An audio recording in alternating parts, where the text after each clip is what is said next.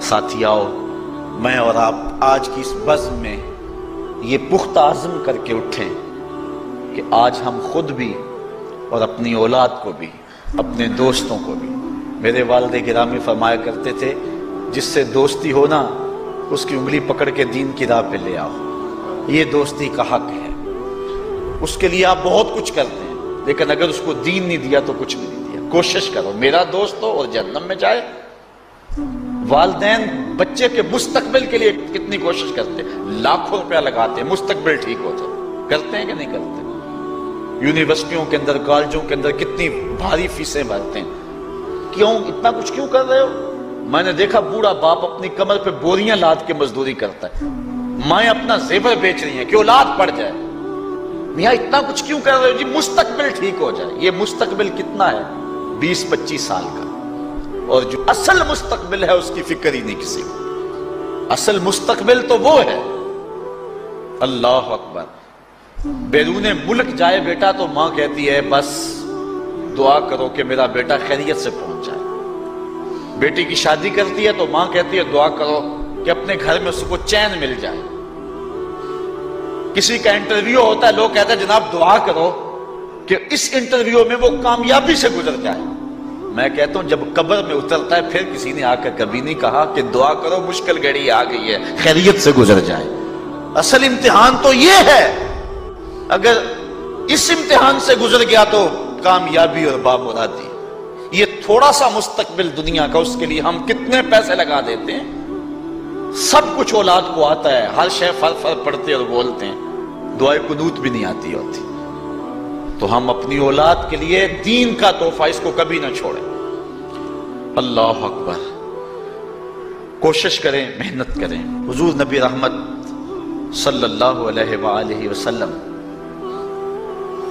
نے ان بد عمل واعظین کی بات بھی کی ہے کہ جو لوگوں کو نیکی کا حکم دیتے ہیں اور خود اس پہ عمل نہیں کرتے۔ آج ہمارے کچھ واعظین لوگوں کو تو واعظ و تلقین اور نصیحت کرتے ہیں اور خود نماز میں سخت سستی کا ارتکاب کرتے ہیں، اور جس سے قوم کے اندر نماز میں سستی عملاً پیدا ہو جاتی ہے۔ کوئی عرس کی تقریب ہو، کوئی محفل نعت ہو، کوئی جلسہ ہو، کوئی شادی کی تقریب ہو، نماز کے وقت کا پورا خیال رکھا کریں اور اس بات کا لحاظ رکھا کریں۔ بلکہ ہمارے ہاں ایک عجیب سا فیشن ہے اور عجیب سی بات ہے، میں بڑا حیران ہوا کرتا ہوں کہ عشاء کے بعد جب جلسے ہوتے ہیں نا ہمارے مساجد کے اندر، تو مغرب سے اعلان شروع ہو جاتا ہے آج رات فلاں صاحب خطاب فرمائیں گے، اور پھر جب نماز عشاء ہوتی ہے تو ہمارا نقیب محفل کھولتا ہے لاؤڈ سپیکر اور وہ اعلان کرتا ہے حضرات جماعت ہو چکی ہے، اب مسجد میں آ جائیں۔ یعنی یہ نماز کو ہلکا کرنے والی بات ہے۔ انہوں کو کہا جا رہا ہے کہ بلکہ بعض تو کہہ دیتے ہیں جس کا تمہیں ڈر تھا وہ گزر گئی ہے، اب آ جاؤ، کیا لینا ہے جلسے میں آ کر اگر نماز ہی نہیں پڑھنی ہے تو۔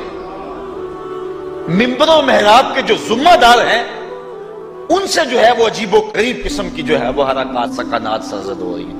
یہ جو جہل نقیبوں کا ایک غول آ گیا نا، یہ بھی ایک بہت بڑی مصیبت ہے۔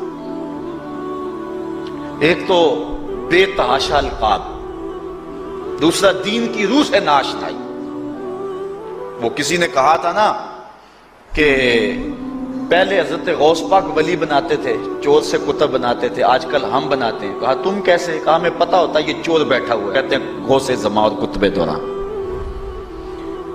بے تحاشا اور بے تکا انداز، اور پھر دین کی روح سے یہ ناشنائی کہ باقاعدہ اعلان ہوتا ہے جناب جماعت ہو چکی اب تو آ جاؤ۔ تو کیا کرنا ہے؟ ساری رات جاگ کے اگر عشاء کی نماز ہی نہیں پڑھی تو نماز کو ہلکا کیا گیا ہے۔ اسی طرح جلسہ لمبا ہو رہا ہے اور نماز کا وقت سکڑ رہا ہے۔ ان چیزوں کا التزام کرنا ہے، ہم نے کوشش کرنی ہے۔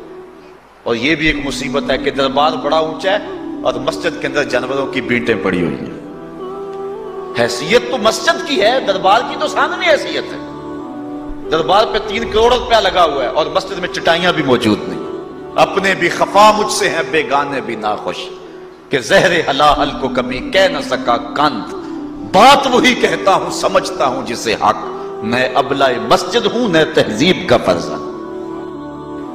بے تحاشا اور بے تکا انداز، اور پھر دین کی روح سے یہ ناشنائی کہ باقاعدہ اعلان ہوتا ہے جناب جماعت ہو چکی اب تو آ جاؤ، تو کیا کرنا ہے ساری رات جاگ کے اگر عشاء کی نماز ہی نہیں پڑھی تو نماز کو ہلکا کیا گیا ہے۔